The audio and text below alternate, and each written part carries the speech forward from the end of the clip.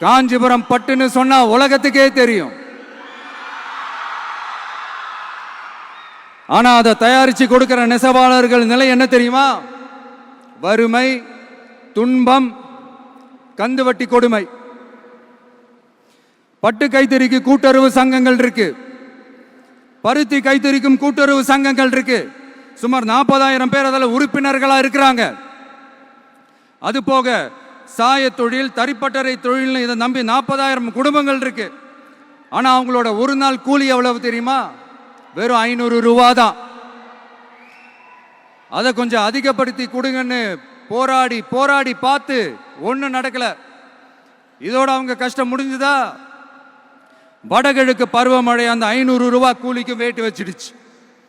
எப்படி விவசாயிகள் டெல்டா மாவட்டங்களில் மழையால பாதிக்கப்பட்டாங்களோ, அவங்கள கண்டுக்காம எப்படி இந்த அரசாங்கம் கைவிட்டுடுச்சோ, அதே மாதிரி தான் நம்ம கைத்தறி நெசவாளர்களும் மழையால பாதிக்கப்பட்டிருக்கிறாங்க.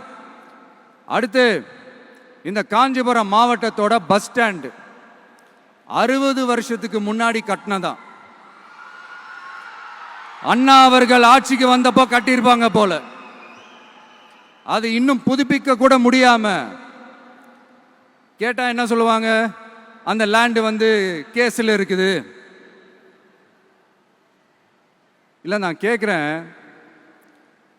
ஒரு கவர்மெண்ட்னால வேற ஒரு நல்ல இடத்தை தேர்வு செஞ்சு ஒரு பஸ் ஸ்டாண்ட் கட்டி தர முடியாதா?